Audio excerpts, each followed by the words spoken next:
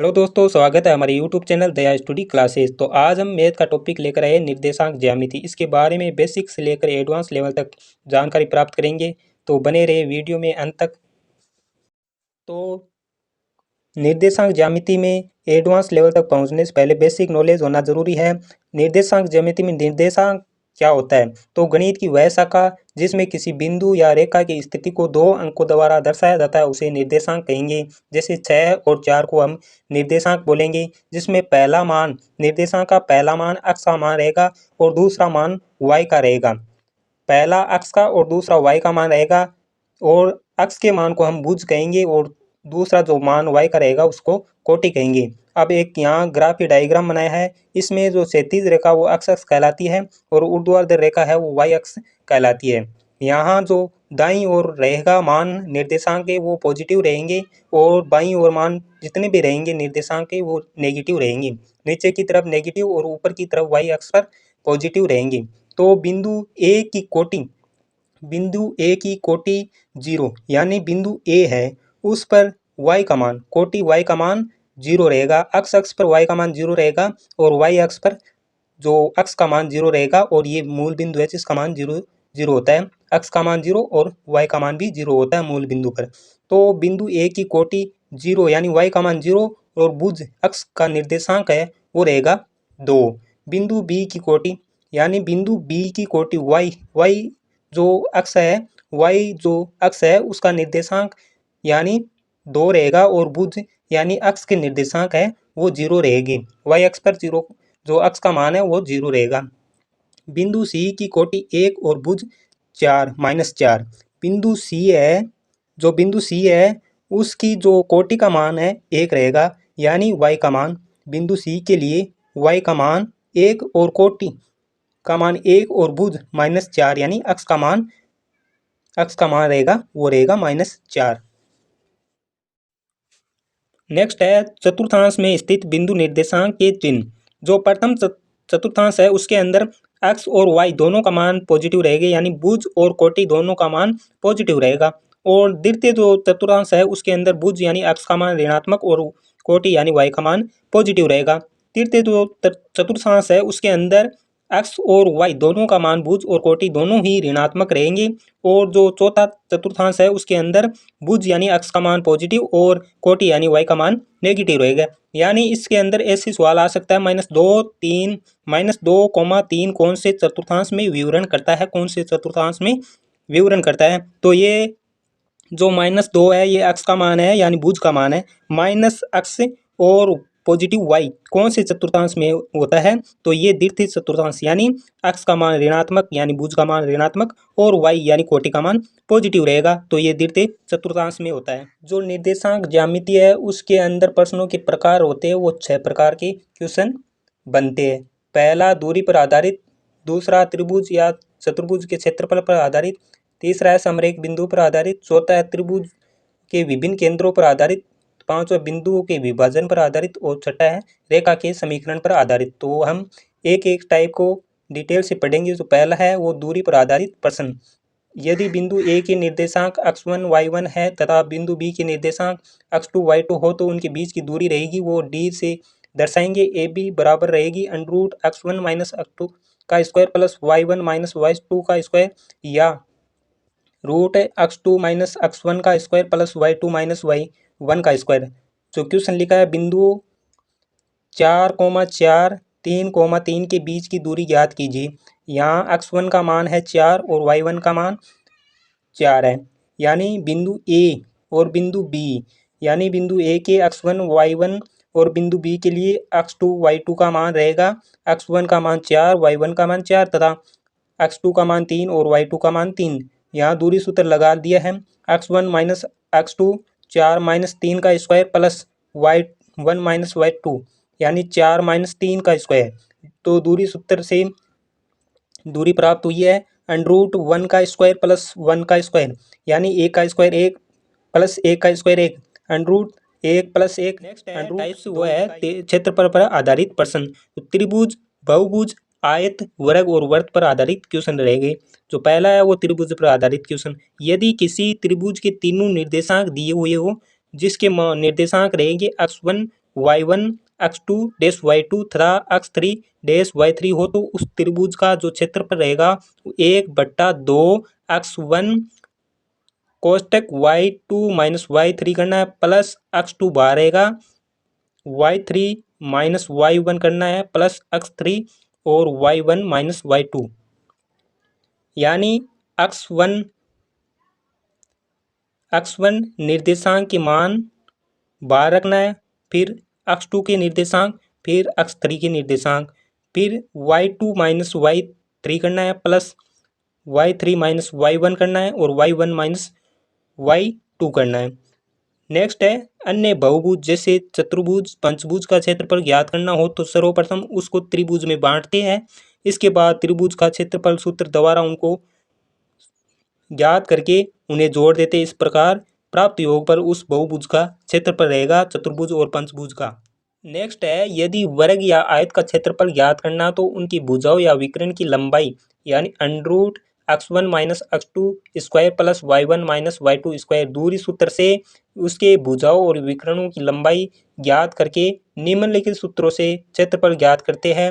वर्ग का क्षेत्रफल रहेगा वो रहेगा भुजा स्क्वायर या विकर्ण का स्क्वायर बटा 2। आयत का क्षेत्रफल रहेगा लंबाई इंटू चौड़ाई। लंबाई ज्ञात करने के लिए आयत का क्षेत्रफल ज्ञात करने के लिए लंबाई जो दूरी सूत्र से लंबाई ज्ञात करेंगे और चौड़ाई भी दूरी सूत्र से ज्ञात कर लंबाई इंटू चौड़ाई करना है।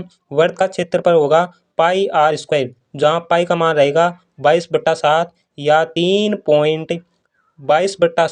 3.14 रहेगा और आर का मान जो आर है यहाँ त्रिज्या उसका मान दूरी सूत्र से ज्ञात कर लेंगे। नेक्स्ट है इक्वेशन बिंदु -4, -3, 3, तथा 5, 3 से निर्मित त्रिभुज का क्षेत्रफल ज्ञात कीजिए। तो यहाँ x1 और y1 का मान -4 -3 रहेगा, x2 y2 का मान 3 -3 तथा x3 y3 का मान 5, 3 जो ए बी सी से निर्देशित किया है।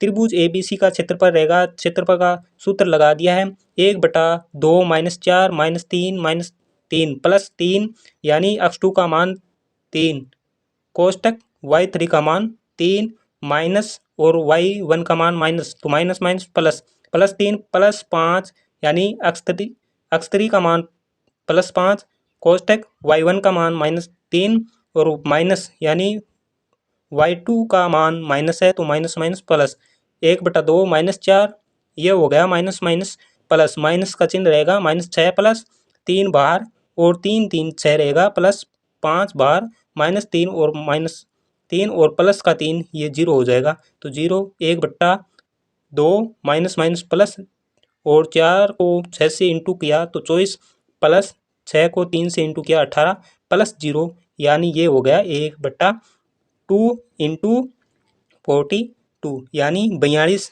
बराबर रहेगा 21 वर्ग इकाई। नेक्स्ट क्वेश्चन है एक वर्ग पी क्यू आर एस के शीर्ष क्रमशः 3,2 -2,2 और -2, -3 तथा 3, -3 है तो वर्ग का क्षेत्रफल कितना होगा। तो ग्राफ ये डायग्राम के अंदर बिंदुओं के निर्देशांक दर्शाए हैं, ए के निर्देशांक बी के और सी और डी के।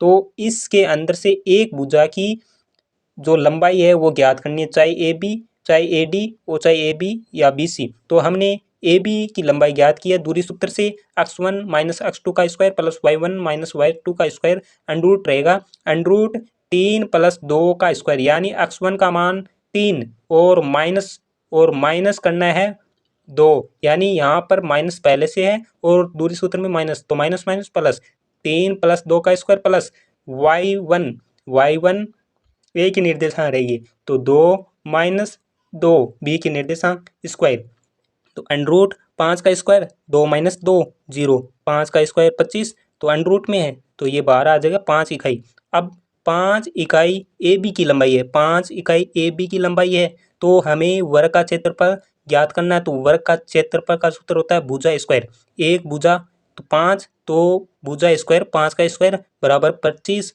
वर्ग इकाई वर्ग का क्षेत्रफल रहेगा। नेक्स्ट है क्वेश्चन एक वृत्त का केंद्र -2,1 है, यदि वृत्त पर कोई बिंदु P 2,4 स्थित है तो वृत्त का क्षेत्रफल कितना होगा। तो डायग्राम बना लिया है, यहाँ कोई केंद्र है वृत्त का जिसके निर्देशांक -2 1, x का मान -2 और y का मान 1। यहाँ से वृत्त पर कोई बिंदु है जिसके निर्देशांक 2 और 4 है, तो 2 और 4 है, तो वृत्त की त्रिज्या का जो दूरी सूत्र से त्रिज्या काटनी है r, वृत्त का क्षेत्रफल होता है वो होता है पाई r स्क्वायर। तो यहाँ से r का मान निकालना है, तो r का मान रहेगा इनके बीच की दूरी, तो दूरी सूत्र से r का मान निकल जाएगा √x1 - x2 का स्क्वायर प्लस y1 - y2 का स्क्वायर √ तो √ रहेगा x1 का मान -2 -x2 का मान 2 स्क्वायर प्लस y1 का मान 1 माइनस y2 का मान -4 का स्क्वायर। तो r का मान निकल कर आया है √ -2 माइनस का 4 का स्क्वायर प्लस 1 - 4, यानी एक पॉजिटिव मान है एक नेगेटिव, तो ये नेगेटिव रहेगा मान -3 का स्क्वायर बराबर r का मान है √16, 4 का स्क्वायर माइनस का स्क्वायर प्लस हो जाएगा, तो 16 - 3 का स्क्वायर 9, तो r बराबर √25। 25 बाहर निकल कर आया है 5 इकाई, तो r का मान आ गया 5 इकाई। अतः वृत्त का जो क्षेत्रफल होता है वो पाई r स्क्वायर, पाई इंटू 5 का स्क्वायर यानी r का स्क्वायर 25 पाई वर्ग इकाई वृत्त का क्षेत्रफल का। नेक्स्ट है समरेख बिंदु पर आधारित प्रश्न टाइप्स 3 नंबर है। जिन बिंदुओं से एक सरलरेखा सीधी रेखा खींची जा सके उन्हें समरेख बिंदु कहते हैं। दूसरे शब्दों में किसी सरलरेखा पर स्थित बिंदु समरेख बिंदु कहलाते हैं। यदि 3 बिंदु x1 y1 x2, y2 तथा x3, y3 समरेख हो तो उनके जो त्रिभुज का क्षेत्रफल रहेगा वो 0 रहेगा। तो अतः 1/2 x1 y2 - y3 plus x2 y3 - y1 plus x3 y1 - y2 बराबर 0 रहेगा।